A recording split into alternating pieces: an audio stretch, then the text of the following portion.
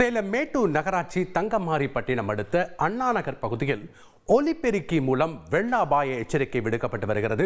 அந்த காட்சிகளை நாம் பார்க்கலாம். மேட்டூர் அணையின் நீர்மட்டம் இன்று 117.390 அடியை எட்டியுள்ளது.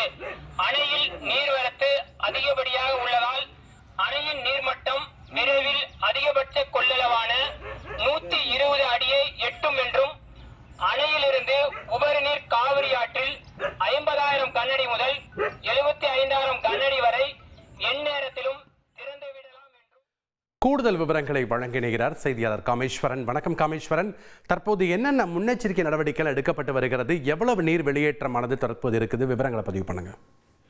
வணக்கம். மேட்டூர் அணைக்கான நீர்வரத்து தொடர்ந்து அதிகரித்து வரும் நிலையில் இன்று மாலை 4 மணி நிலவரப்படி மேட்டூர் அணையின் நீர்மட்டம் 117.93 அடியாக உள்ளது. அணையின் இருப்பு 90.20 டிஎம்சியாக உள்ளது.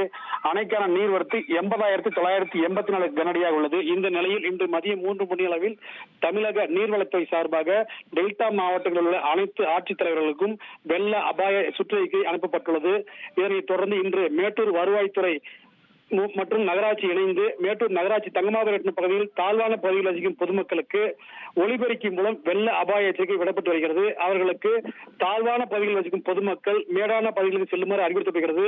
மேலும் அணையிலிருந்து எந்த நேரத்திலும் 75,000 கனஅடி வரை தண்ணீர் திறக்கக்கூடும் என்று அந்த அறிவிப்பில் தெரிவிக்கப்பட்டுள்ளது.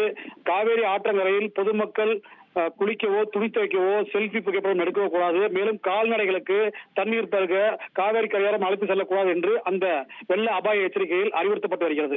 நன்றி காமேஸ்வரன், உங்களுடைய கள விவரங்களுக்கு. ஃப்ரெண்ட் ஆக்கிக்கோங்க.